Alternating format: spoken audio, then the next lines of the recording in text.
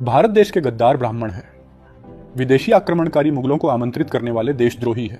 विदेशी अंग्रेजों को भारत देश में आमंत्रित रघुनाथ दादा पेशवा ने किया था। वैदिक धर्म की उत्पत्ति का पता चल गया। ब्राह्मण धर्म का निर्माण मुगलों के भारत में आने के बाद हुआ है।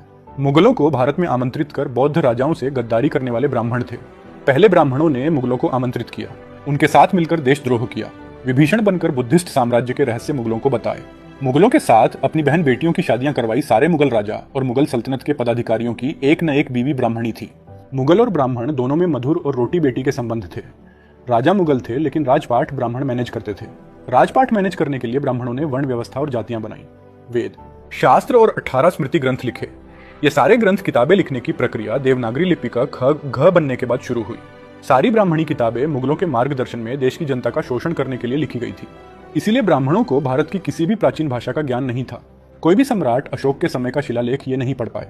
ब्राह्मणों ने मुगलों के साथ मिलकर बुद्धिस्ट साधुओं का नरसंहार किया, उनके मंदिर विहार तोड़े, उन पे कब्जा किया, बौद्ध विहारों को वेश्यालय बना दिया।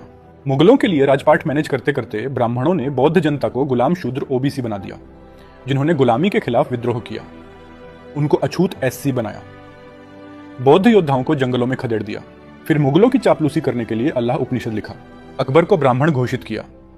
इस्लाम में से निराकार ईश्वर की संकल्पना उठाई और अनेक ग्रंथों की रचना की। समय के साथ साथ 600 बुद्धिस्ट जातक कथाओं की कॉपी करके देवी देवताओं की पौराणिक कथाएं लिखी। टोटल 18 पुराण लिखे।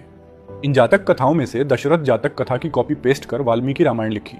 ततोस जातक कथाओं की कॉपी करके महाभारत लिखी। देवी देवताओं का पाखंड रच दिया। जिन बौद्ध विहारों पर कब्जा कर वैश्यालय बनाया था उन्हें मंदिर में तब्दील कर दिया।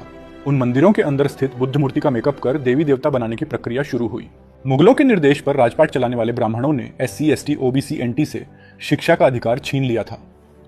सिर्फ उनके काम के अनुसार शिक्षाएं देते थे, इसलिए ये सांस्कृतिक परिवर्तन करने में ब्राह्मण सफल हुए। मुगलों के समय से एससी, एसटी, ओबीसी, एनटी, क्षत्रिय, वैश्य से शिक्षा का अधिकार छीन लिया गया था। इसी अज्ञान के युग में देवनागरी लिपि बनी और सारे ग्रंथ लिखे गए। इसी समय ब्राह्मण धर्म का निर्माण हुआ। क्षत्रियों के राजघराने को सिर्फ घुड़सवारी, युद्ध कला और पौराणिक कथाएं पढ़ाई जाती थी। बाकी क्षत्रियों को पढ़ाया नहीं जाता, बल्कि अज्ञानी बैल बनाकर लड़ाया जाता था। सिर्फ अमीर वैश्यों को पौराणिक देवी देवताओं की कथाएं पढ़ाई जाती थी। सबको शिक्षा का अधिकार अंग्रेजों के समय में मिला। यहीं से इनके नवनिर्मित धर्म की उल्टी गिनती शुरू हो गई। सारी पोल खुलना शुरू हो गई। फिर ये गायत्री समाज बने, ब्रह्म समाज बने, रामकृष्ण मिशन चलाया, आर्य समाज बने। लेकिन काम नहीं बना। फिर हिंदू बने और अब नव सनातन बने घूम रहे हैं। इतिहास में पूरा भारत बुद्धिस्ट था, सारी जनता बौद्ध थी। इतिहास में कहीं उल्लेख नहीं की। लाखों लोगों ने वैदिक धर्म की दीक्षा ली और धम्म का त्याग किया। आपको ऐसा ही इतिहास जानना है तो मौर्य मनोज तक्षक को फॉलो करें।